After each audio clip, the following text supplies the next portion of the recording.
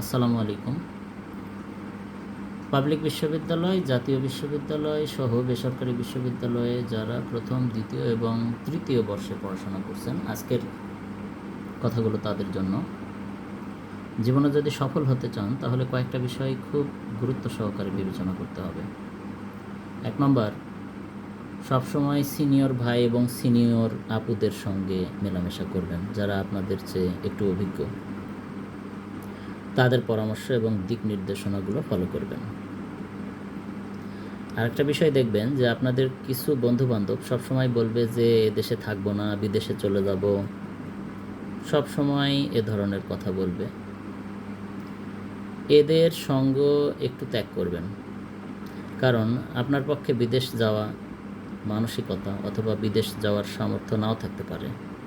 আপনার বয়স যখন 30 বছর হয়ে যাবে, হঠাৎ করে আপনি দেখবেন যে আপনার পাশের সিটে বসা আপনার সেই বন্ধু যে বারবার বিদেশ যেতে চাইতো, কিন্তু তার দ্বারা মোটিভেটেড হয়ে আপনি দেশে প্রতিষ্ঠিত হওয়ার পরিশ্রম থেকে বিরত রেখেছেন নিজেকে, তখন তার দিকে তাকিয়ে আপনার আফসোস হবে। আর একটা বিষয় দেখবেন যে কিছু বন্ধুবান্ধব আছে সবসময় আপনাকে সঙ্গ দেবে, আপনাকে ডাকবে, বাজার করতে গেলে আপনাকে সঙ্গে নিয়ে যাবে। একটা প্যান্ট বা একটা শার্ট কেনার জন্য সে 3 ঘন্টা, 4 ঘন্টা, 5 ঘন্টা ব্যয় করবে, এক দোকান থেকে আর এক দোকানে যাবে। এদের সঙ্গ একটু ত্যাগ করার চেষ্টা করবেন বা তাদেরকে একটু অ্যাভয়েড করবেন, কারণ এখানে আপনার অনেক গুরুত্বপূর্ণ সময় নষ্ট হয়ে যাবে। তো এদের সঙ্গ ত্যাগ করাই ভালো।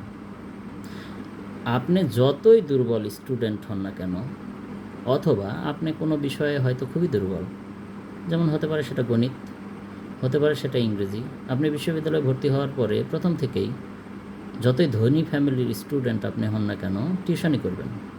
আপনি যে বিষয়ে দুর্বল সেই বিষয়ের স্টুডেন্টদের পড়ানোর চেষ্টা করবেন। আপনি যদি ইংরেজিতে দুর্বল হন, চেষ্টা করবেন ইংলিশ মিডিয়াম পড়ে এইরকম কোনো স্টুডেন্টকে পড়াতে।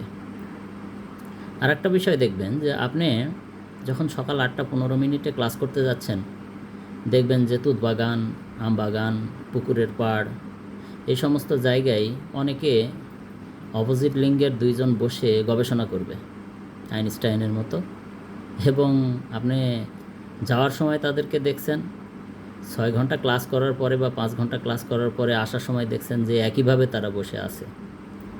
তো এই কাজ করা থেকে নিজেকে বিরত রাখবেন। অবশ্যই ক্লাস আওয়ারে না, আপনার যদি কোনো বন্ধুবান্ধব থাকে তাহলে বিকেলে তাদেরকে সময় দেন বা সন্ধ্যায় সময় দেন, 1 ঘন্টা বা আধা ঘন্টা, তারপরে নিজেকে বিরত রাখুন। গ্রুপ ডিসকাশন করুন, সেখানে 2 জন না, 3 জন, 4 জন, 5 জন মিলে গ্রুপ ডিসকাশন করুন। আর সবচেয়ে ভালো হয় যদি লাইব্রেরিতে বসে পড়াশোনা করতে পারেন, তাহলে এটা সবচেয়ে ভালো হয়। তাহলে যদি সফল হতে চান, তাহলে বা ভালো কোনো চাকরি পেতে চান, আমাদের দেশে নিজেদেরকে প্রতিষ্ঠা করতে চান, তাহলে এই কয়টা বিষয় খুব ভালোভাবে আপনাকে মেনে চলতে হবে। ধন্যবাদ সবাইকে।